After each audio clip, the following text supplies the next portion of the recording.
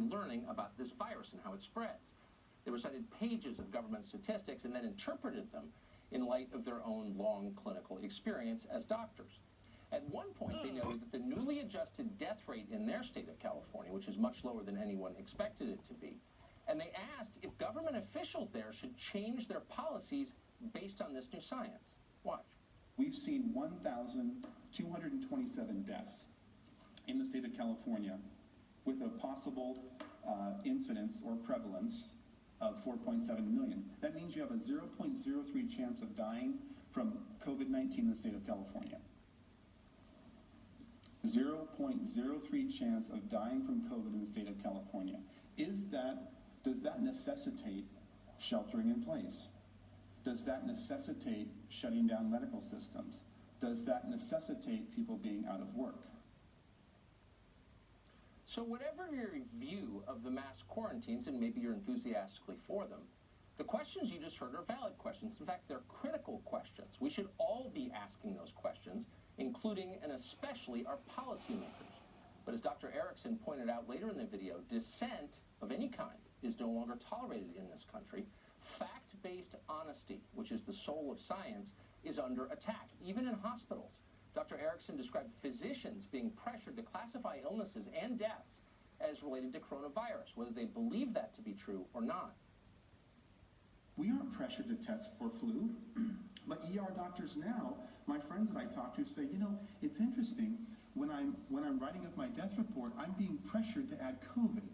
Why is that? Why are we being pressured to add COVID to maybe increase the numbers and make it look a little bit worse than it is? I think so. So what you just heard, what Dr. Erickson described, is called lying.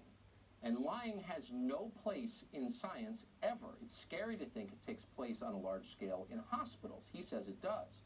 Viewers of Erickson's video were shocked and transfixed by this.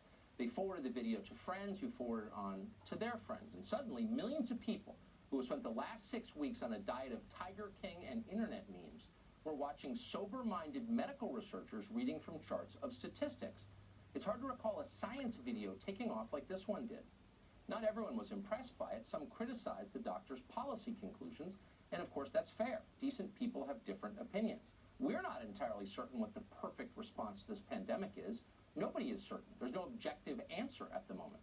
At best, we can plod along with open minds and good faith. More informed debate is exactly what we need to make wise decisions going forward. Unfortunately for all of us, informed debate is exactly what the authorities don't want. They want unquestioned obedience, so they're cracking down on free expression. Last night, the doctor's video, the one you just saw, was pulled off of YouTube, the largest video hosting site in the world. It wasn't an accident. YouTube admitted doing it. The company cited a violation of, quote, community guidelines, and they did not apologize. Looking back, when all of this is finally over, and it will be, it's likely we'll see this moment, what YouTube just did, as a turning point in the way we live in this country, a sharp break with 250 years of law and custom. The two doctors' video was produced by a local television channel in California. It was, in effect, a mainstream news story. The video was not pornographic. It didn't violate copyright or incite violence or commit libel. It didn't break any law. The only justification for taking it down was that the two physicians on screen had reached different conclusions from the people currently in charge. It was a form of dissent from orthodoxy. YouTube and its parent company, Google, have now officially banned dissent. The CEO of YouTube admitted that openly.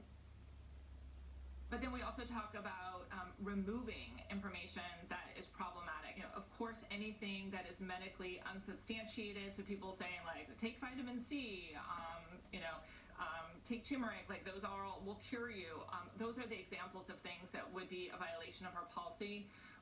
Anything that would go against World Health Organization recommendations would be a violation of our policy. And so remove is another really important part of our policy. So you're not just putting the truth next to the lie, you're taking the lie down. That's a pretty aggressive approach. Removing, quote, anything that would go against World Health Organization recommendations. It'll now be taken off the internet. Consider that for a minute. As a matter just of science, it's ludicrous.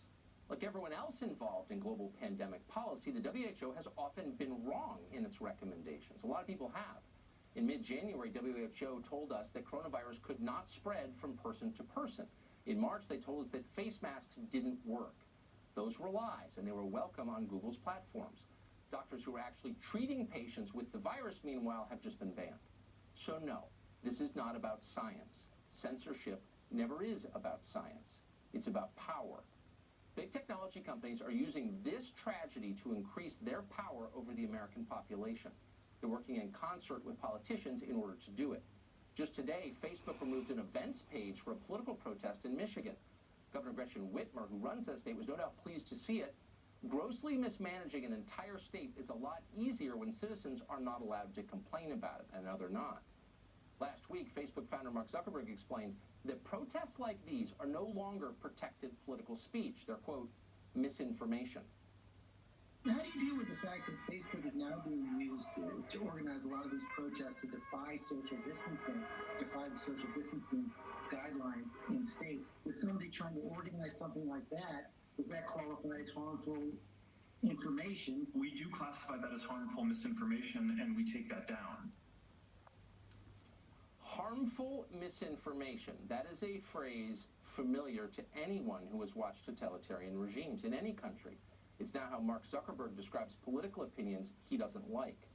Our free press exists to push back against obvious abuses of power like this one. It's the reason we have a First Amendment. It's the only reason we have a First Amendment. But suddenly our media are not concerned about freedom of speech. Reporters applaud our overlords as they punish us for disagreeing. You just saw it in that clip from CNN.